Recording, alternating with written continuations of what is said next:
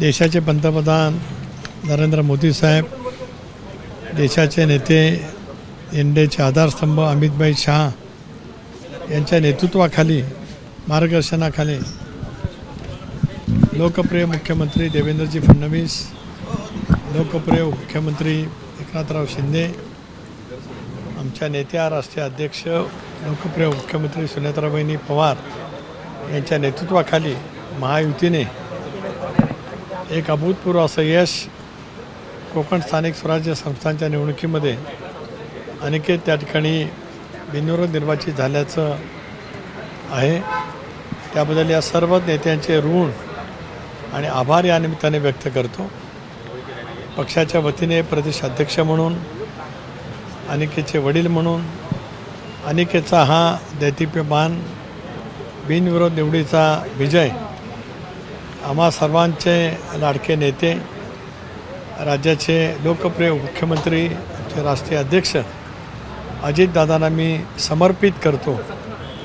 दादा असते तर त्यांना कमालीचा विलक्षण आनंद झालाच असता, पण आज आम्ही जे काही यश मिळवू शकलो आहोत ही दादांची पुण्याई आहे असं मी स्वतः त्या निमित्ताने मानतो आहे.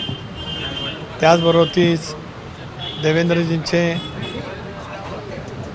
भारतीय जनता पक्षाचे अध्यक्ष चव्हाण साहेबांचे सुद्धा मी अंतःकरणापासून या ठिकाणी आभार मानतो. शिंदे साहेबांचे आभार मानण्यासाठी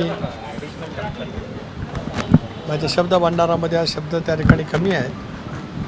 स्वाभाविक आहे की अधिक संख्याबळ मतदारांची संख्या शिवसेनेची त्या ठिकाणी होती आणि गेले काही दिवस गैरसमज जे होते या सगळ्या पार्श्वभूमीवरती आदरणीय शिंदे साहेबांनी त्या ठिकाणी समन्वय घडून आणण्यामध्ये महत्त्वाची मोलाची भूमिका त्या ठिकाणी बजावली. त्याबद्दल शिंदे साहेबांचे सुद्धा मी मनापासून आभार मानतो. आमदार उदय सामंत, आमदार भरतशेठ गोगावले, आमदार नितेश राणे, त्याचबरोबर ती संबंध महायुतीचे आमदार म्हणजे सावंतवाडीचे दीपकभाई केसरकर, निलेशजी राणे, नितेश राणेंचं नाव घेतलंच, खासदार राणे साहेबांचं घेतलंच. त्याचबरोबर ती राजापूरचे आमदार किरण सामंत, रत्नागिरींचं मी नाव घेतलं ते उदयजी सामंत, चिपळूणचे आमदार शेखरजी निकम जे राष्ट्रवादी काँग्रेस पक्षाचे माझे प्रमुख सहकारी आहेत, दापोलीचे आमदार राज्यमंत्री योगेशजी कदम, महाडचे आमदार भरतशेठ गोगावले, शिवसेनेचे आमदार आदिती आहेस, परंतु पेणचे आमदार रविशेठ पाटील, अलिबागचे आमदार महेंद्र दळवी, पनवेलचे आमदार प्रशांत ठाकूर, उरणचे आमदार महेश बालदी, कर्जत खालापूरचे आमदार महेंद्र थोरवे, या सर्वांचंच मी मनापासून त्या ठिकाणी आभार मानतो. मतदारांचे आभार आहेतच.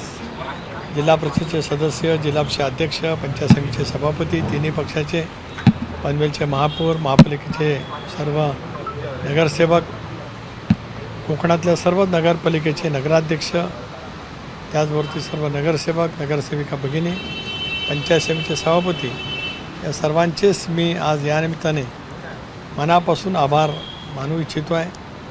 राजकारणामध्ये वावरत असतानाच शेवटी संयम, समन्वय आणि परस्परांच्या बद्दलचा असलेला आदर हे योग्य पद्धतीने राखला तर त्याच्यातून एक पाठबळ पूर्णपणाचं त्या ठिकाणी मिळू शकतं. कमालीच्या या संबंध निवडणुकीमध्ये चांगलं यश त्या ठिकाणी मिळालं. मला विश्वास आहे की आज दुपारी 3 वाजेपर्यंत राज्यभरातल्या अनेक ठिकाणी महायुतीचे उमेदवार बिनविरोध निवडून आल्याचं आपल्याला त्या ठिकाणी पाहायला मिळेल. अकालपट्टी करण्यात आलेली आहे. ठाकरेंच्या शिवसेनेतून संजय राऊतांनी ट्विट सुद्धा केले. नितेश राणे यांनी जी भूमिका घेतली त्याबद्दल तुम्ही काय म्हणाल? एक असतं की कोणतरी समन्वयाची भूमिका त्या ठिकाणी घेत असतं, ती भूमिका नितेश राणेंनी घेतली, त्याच्यानंतर नितेश राणेंचे सुद्धा मी आभार मानतो. पण बाकी ठिकाणी देखील आहेत त्या अशाच पद्धतीने बिनविरोध होतील असं वाटतंय का? कारण की पुण्यामध्ये आणखी प्रशांत कंग यांची उमेदवार, प्रदीप कंग नाशिकमध्ये आहेत. जवळपास महाविकास आघाडीचे जे उमेदवार आहेत ते अर्ज मागे घेताना दिसतात किंवा बेपत्ता तरी लापत्ता तरी आहेत. गेले 2 दिवस आम्ही सर्वांनी मिळून म्हणजे रवींद्र चव्हाण साहेब, बावनकुळे साहेब, उदय सामंत, मी स्वतः आम्ही बऱ्याच वेळेला या संदर्भामध्ये एकत्रितपणाने बैठका घेतल्या. त्याच्यातून राज्यात ज्या ज्या ठिकाणी मित्रपक्षातल्याच सहकार्याने अर्ज भरलेले होते ते मागे घेतले गेले पाहिजेत अशा पद्धतीची जबाबदारी प्रत्येक राजकीय पक्षांच्या नेत्यांनी घेतली होती. त्याप्रमाणे नाशिक येथील आमचे 2 अर्ज होते, गोरक्ष बोडके आणि विष्णुपंत बैजोणे. त्या दोघांनी अर्ज मागे घेतल्याचं दादा भुसेंच्या जवळ माझा संपर्क झाला. परभणीमध्ये जामकर यांनी अर्ज भरला होता. उदय सामंतसाहेब त्या ठिकाणी होते, तिथलाही अर्ज त्या ठिकाणी मागे घेण्यात आला. जळगावमध्ये आमचे एक सहकारी शेख म्हणून होते, त्यांचाही अर्ज अनिल भाईदास पाटील यांना सांगून मागे घेण्याची प्रक्रिया होती. नांदेडमध्ये प्रतापराव पाटील चिखलेकर यांच्या चिरंजीवाचा अर्ज होता, तोही अर्ज त्या ठिकाणी मागे घेतला गेला असेलच. यवतमाळमध्ये आमच्या पुसदच्या नगरपालिकेच्या नगराध्यक्षांचा अर्ज होता. मी इंद्रनील नाईक त्याच्याबरोबर ती संजयजी राठोड यांच्याही संपर्कात होतो, त्यामुळे तिथलाही अर्ज निश्चितपणाने मागे घेतला गेला असेल. त्यामुळे 3 वाजेच्या प्रक्रियेपर्यंत हे सगळे अर्ज महायुतीतील उमेदवारांनी ज्यांनी अर्ज भरलेले होते ते सर्व अर्ज त्या पक्षाच्या नेतृत्वाने जे त्यांना आदेश दिले होते त्याप्रमाणे ते मागे घेतले जाणार आहेत. आता महाविकास आघाडी किती ठिकाणी लढत होती, काय होती ते आपण पाहिलं.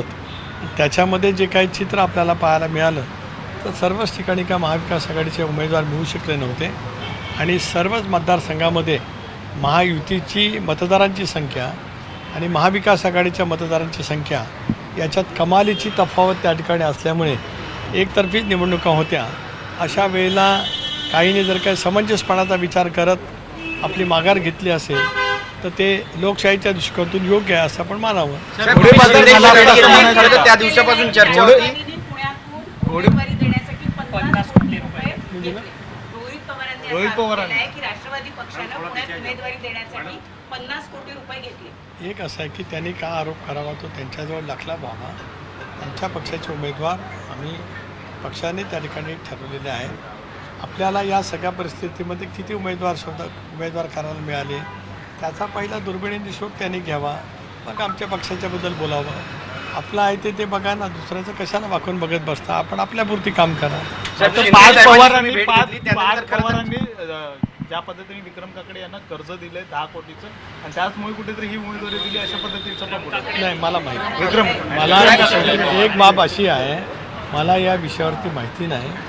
काही वेळेला काही बाबतीमध्ये विनाकारण अपप्रचार करण्याची भूमिका ही सातत्याने गेल्या 4 महिन्यामध्ये आम्ही सर्वांनी अनुभवलेली आहे. त्यातलाच तो भाग असेल. साहेब, तुम्ही शिंदे साहेबांची भेट घेतली. खरं तर त्या दिवसापासून चर्चा आहे की विधान परिषदेवर अनिकेत तटकरे यांची वर्णी आणि रायगडच्या पालकमंत्रीपदी भरत गोगावले विराजमान होतील. रायगडच्या पालकमंत्रीपदाचा दावा एनसीपीने सोडलाय की अजूनही कायम आहे?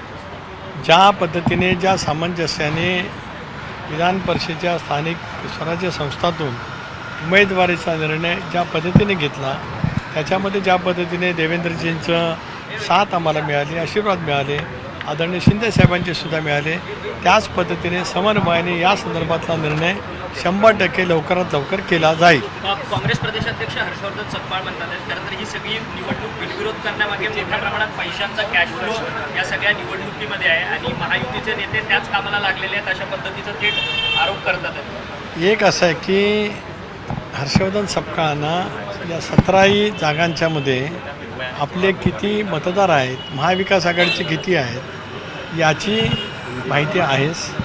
माझ्या माहितीप्रमाणे तुमच्यासारख्या सूत्रांनी दिलेल्या माहितीनुसार महाविकास आघाडीचे ज्यावेळेला बैठक भरलेली होती त्यावेळेला ही जागा तुम्ही घ्या, आम्ही नाही लढवत, तुम्ही घ्या, तुम्ही लढवा.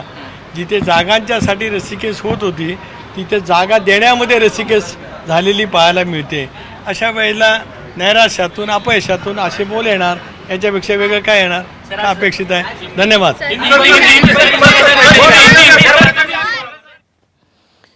तेव्हा कोकणातली जी निवडणूक आहे ती देखील बिनविरोध झालेली आहे आणि यावरच आता प्रतिक्रिया देत होते राष्ट्रवादी काँग्रेसचे प्रदेशाध्यक्ष सुनील तटकरे. या सगळ्याबाबत त्यांनी महायुतीतील नेत्यांचे मनापासून आभार मानलेले आहेत. मित्रपक्षानं भरलेले अर्ज मागे घेण्याचं आव्हान होतं असं देखील तटकरे यांनी आता म्हटलेलं आहे. एबीपी माझा, उघडा डोळे बघा नीट.